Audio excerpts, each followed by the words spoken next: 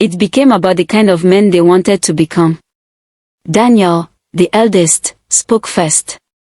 "I already promised Sophia something before our wedding," he said quietly. "I told her she would never beg for emotional attention inside her own home." Nathaniel nodded immediately. "And I made the same promise to Vanessa." The brother smiled lightly at the coincidence before Ethan added, "We saw what emotional neglect can do to a person. Money doesn't fix it. Marriage is deeper than providing bills." Jason remained quiet for a moment before speaking again. "Our father taught us 2 lessons in life. How to build success, and how not to destroy a woman emotionally." Nobody argued with him. Because deep down, they all knew it was true.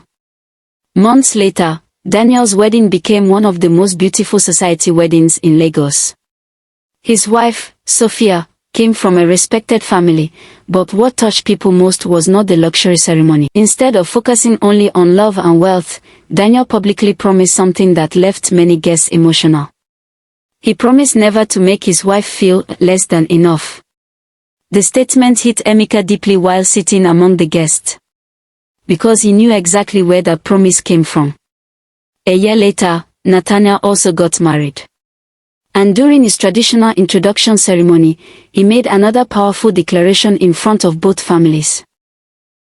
"No child in my home will ever determine the value of their mother." The elders became emotional instantly. Even Amoka struggled to hold back tears. At that moment, she realized something beautiful despite all her suffering. Her sons had not inherited their father's emotional weakness. Instead, they had learned from his mistakes.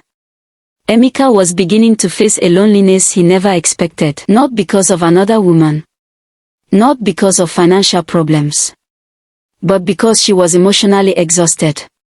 "You keep searching for happiness in places where it doesn't exist," she told Emeka coldly before leaving. "And now you're old enough to finally sit alone with your mistakes." The statement hit harder than any insult ever could. For the first time in decades, Emeka found himself alone inside the massive mansion he once believed represented success. No laughter. No warmth. No emotional connection. The morning Amoka filed for divorce, Lagos was drowning under heavy rainfall. Dark clouds covered the city as if the weather itself understood the weight of the decision she was about to make. For over 35 years, Amoka had carried her marriage like a woman trying to protect a glass cup from breaking. She endured disappointment, emotional loneliness, humiliation, and silent rejection while convincing herself that endurance was the same thing as love. But somewhere along the journey, she finally realized something painful. A woman can remain loyal to a marriage and still lose herself completely inside it. She arrived at her lawyer's office quietly, dressed in a simple navy blue outfit with almost no makeup on.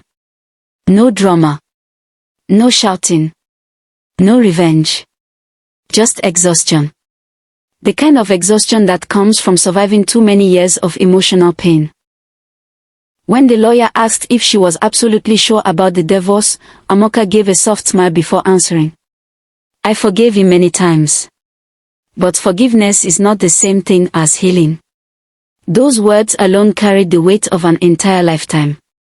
Meanwhile, Emeka knew nothing about the filing until later that evening when the documents were delivered to his office.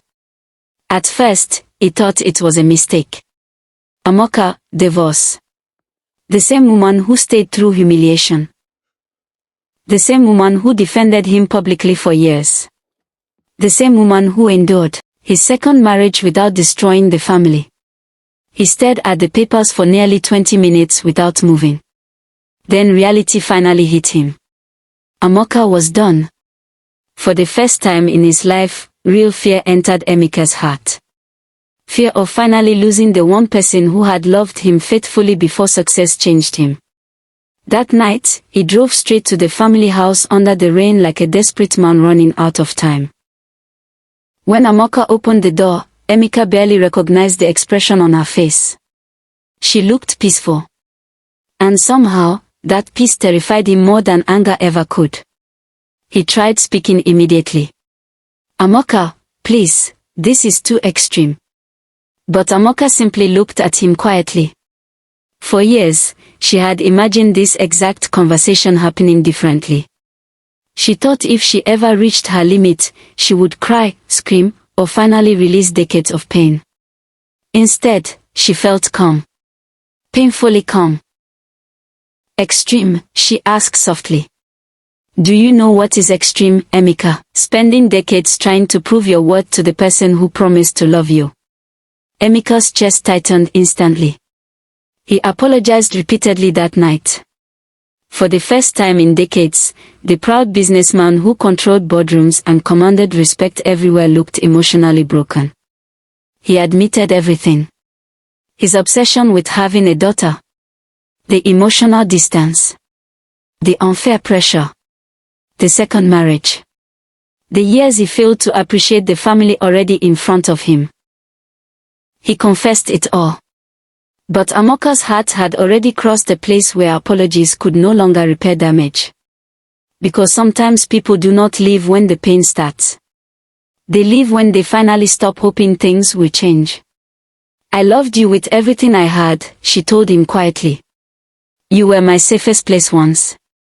But somewhere along the line, loving you started hurting me more than healing me.